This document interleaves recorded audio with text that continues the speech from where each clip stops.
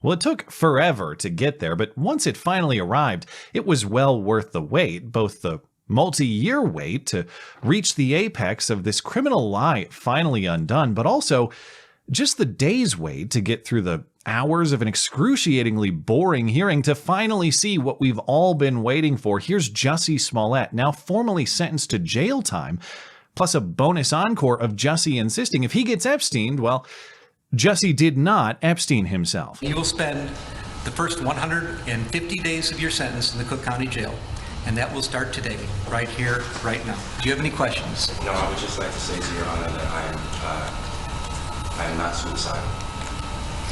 That's what I would like to say.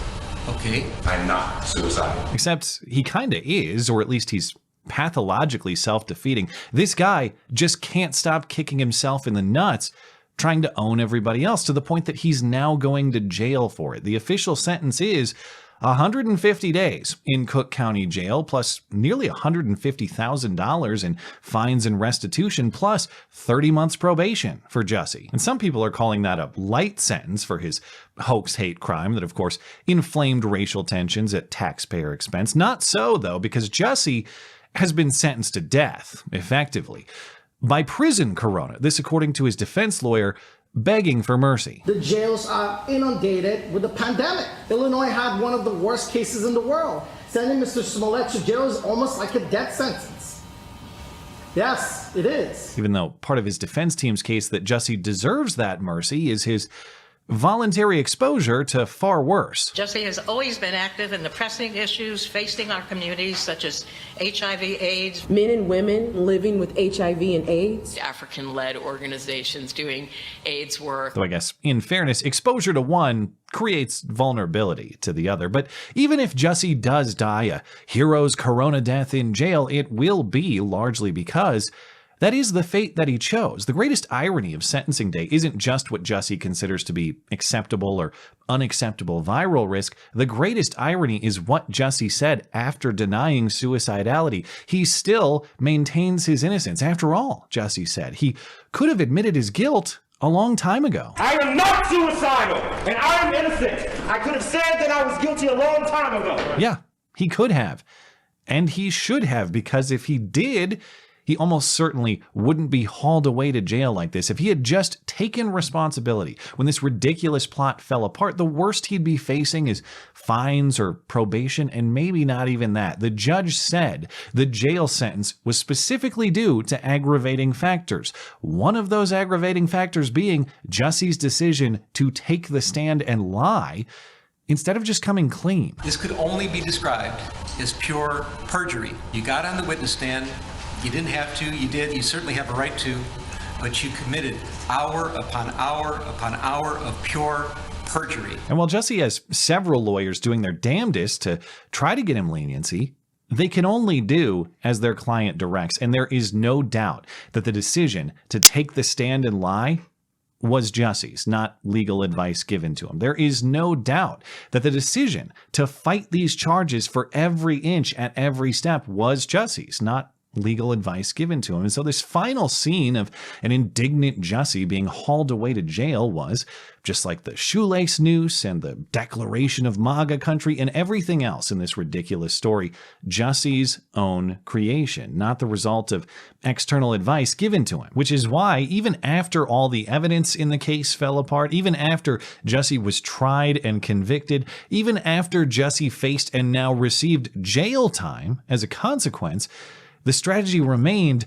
double, triple, quadruple, forever down. It was the only strategy that the man pulling all the levers, Jussie himself, would accept, despite loss after loss after loss. And so for Thursday's sentencing hearing, Jussie got the whole gang back together to push the insanity at his direction one last time, again, to his own detriment. And so before I move on from the multi-year saga that this story was, I want one last memory of just how deep that delusion dug in. It took over 5.5 hours for Jussie to be sentenced on Thursday, a process during which almost everything else in the world was blamed except for Jussie himself. Racism, the court, the media, public opinion. These are all the things that should be blamed, but not the one thing that the judge could see as obvious.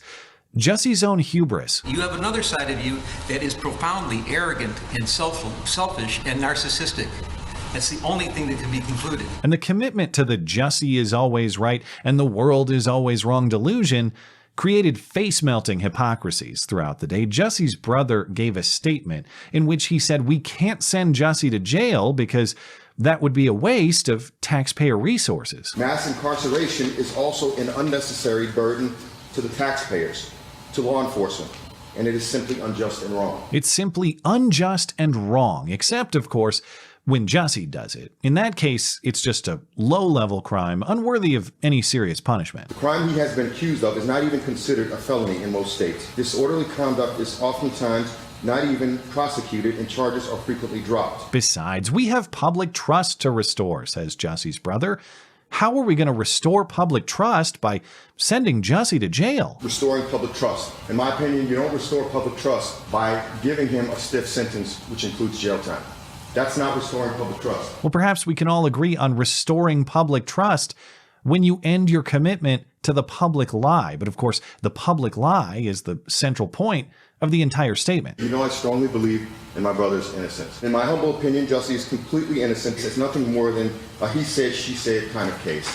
All right, with no evidence to have warranted his conviction in the first place. But even if Jussie is guilty, to send him to jail would still be wrong because of the universal super scapegoat here to save the day. What else? Racism. That's right. If we send Jussie to jail, that will contribute to racially disproportionate incarceration rates, and we can't have racially disproportionate incarceration rates, even if incarceration is perfectly appropriate for each individual offender. This was the argument from Jussie's brother and his defense lawyer. There has been bipartisan agreement that there's disparate treatment of black men and minorities in the criminal justice system. They get punished harder and harsher for low-level offenses compared to white counterparts. That's a fact. Unnecessary mass incarceration, which predominantly affects African Americans. Mr. Webb got up here and talked about Mr. Smollett's conduct, and that's offensive. He's a black man. He knows. You can't educate him on racism issues. My mom's 69 years old.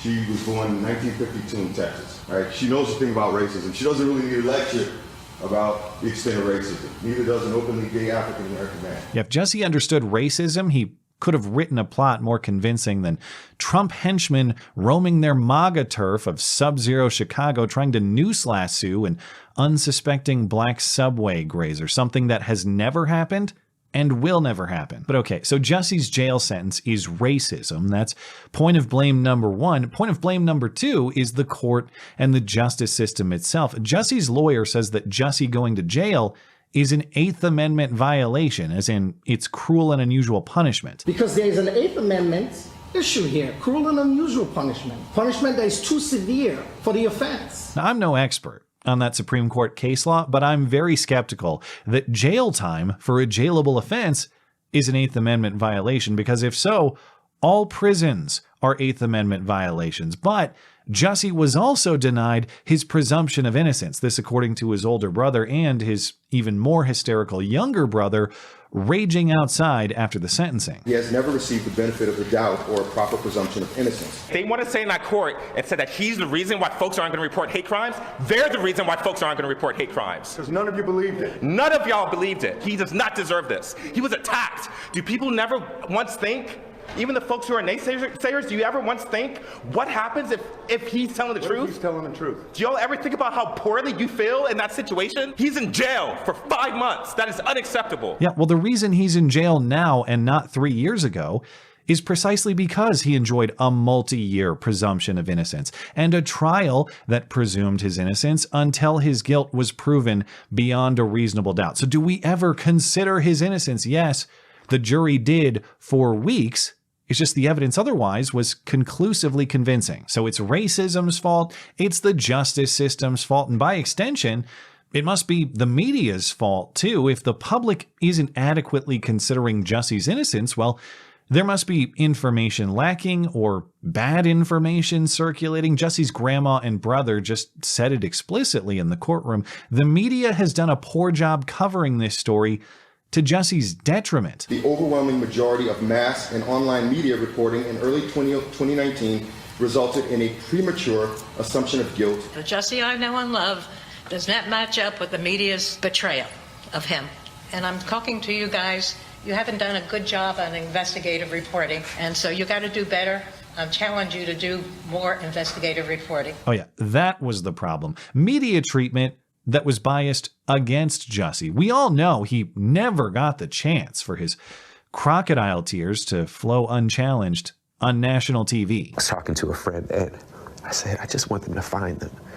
And she said, sweetie, they're not gonna find them. So I'm just gonna be left here with this so they get to go free and go about their life and possibly attack someone else. That's not cool to me. Not that there was any shortage of red flags there, but in retrospect, it was a major one that Jussie was so certain that his attackers would never be discovered. It implied he knew a thing or two about who they were and how they would get away with it, or at least how they planned to. And that's the thing. What does Grandma think more media scrutiny would uncover exactly? Is she aware of key facts yet to be revealed? If so, the trial would have been an excellent opportunity to present them. And if she just forgot, well, right before sentencing would have been another great opportunity too. It's awfully awkward to demand more critical questions asked when every additional question asked has only uncovered additional Jussie guilt. It was only when no questions were asked that Jussie enjoyed at least some perception of innocence. And of course, from racism to the courts to the media, what cavalcade of scapegoats would be complete without the current topical, fashionable pick? That's right. Not only is Vladimir Putin responsible for your spiking gas prices, not only is he responsible for your rising grocery costs, he is also a factor for consideration in the cruelty of Jussie's jail sentence. Now, to be perfectly accurate, they don't blame Vladimir Putin, but here's Jussie's grandma saying that treating Jussie this way will bring us closer to Putin's wrath, and Jussie's brother saying it's cruel to send Jussie to jail at a time of such conflict in Eastern Europe. Get the white collar guys, okay, who are really making money, who are really corrupt. We've got to do something about saving our democracy here so that we don't get another Putin. Please remember that we are currently living in a time in which we are enduring a vicious pandemic, extreme economic uncertainty, a major conflict in Eastern Europe, and global paradigm shifts taking place everywhere. Yeah, I'm sure of the many concerns that were swirling through Jussie's mind during his first night in jail, that one was at the forefront. He's worried about the strong man on the other side of the world and not the stronger man at his six. And it's easy just to leave it at that, just some fodder for some cheap shots, because even as the judge himself says, Jussie is a literal joke. Your very name has become an adverb for lying. Oh, pulling a Jussie, something like that. That's awful.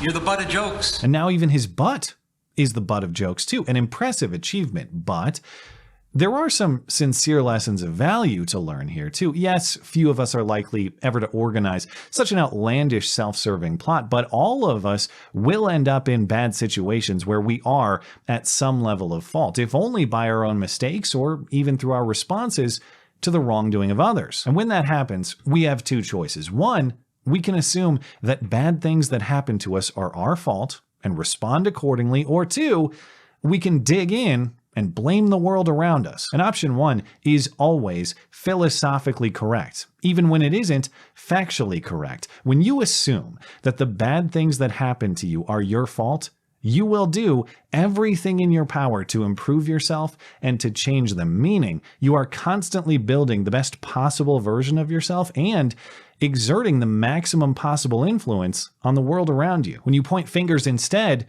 you rot because you reject the premise that you need any improvement at all, and so you get none. And yeah, given his own ridiculous behavior, there was no way for Jussie to come out of this episode looking good. But there were ways for him to come out of it looking better than a raging lunatic whose best excuse is now a mental health lapse. If he had just admitted to the hoax 3 years ago, this story would be dead by now. It would be a passing punchline of only occasional reference. Instead, years of his life have been wasted, and many months more will be further wasted behind bars for no reason other than this guy can't acknowledge his own responsibility for anything. Responsibility will set you free. Scapegoating will imprison you. That is Jussie's sincere lesson for all of us. Also, don't pay for your crimes with traceable checks. Also, don't hire Nigerian scammers to do your dirty work. Also, just in general, don't eat at Subway at 2 in the morning. Some lessons are more poetic than others. Thanks as always for listening and for supporting this channel always.